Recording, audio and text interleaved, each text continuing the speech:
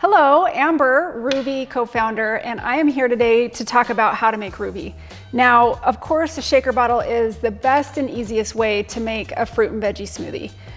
These come in freeze-dried powder packets, cold water in your Ruvi shaker bottle. You just dump the powder in, you give it a good shake, and you've got a quick and easy smoothie. Sometimes though you don't have this awesome shaker bottle. See, there's a little blender ball in there. It really mixes this up good.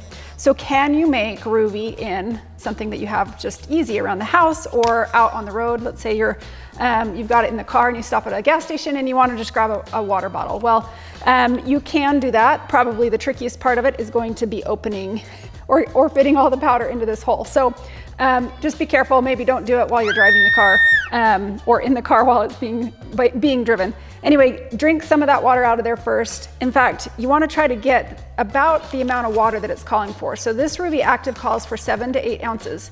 So you're going to need to drink about half that water bottle before you would dump the powder in if you like it thick. Okay, so this one's going to be the trickiest just because of the opening of that hole.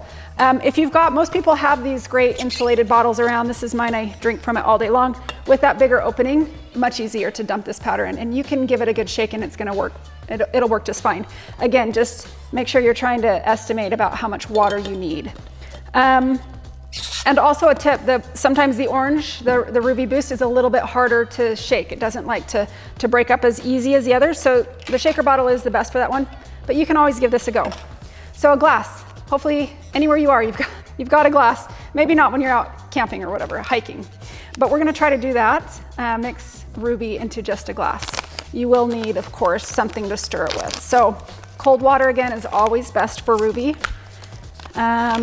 Dump the powder in carefully. You wanna massage it first. Make sure any clumps that might be in there are broken up. We don't use fillers, so you wanna just massage that pouch first and then just give it a decent stir. You don't go crazy with it because you don't wanna get fruits and vegetables all over your shirt. But yeah, this is breaking down just beautifully. A fork might work best just because it does have those tines in it that will kind of break the powder up. Hey, this is looking awesome. So easy to make. There's some little clumps left on the fork, so you can just mix it as much as you like until it's good and mixed. Now, if Ruvi's great to mix and then drink right away. No problems there.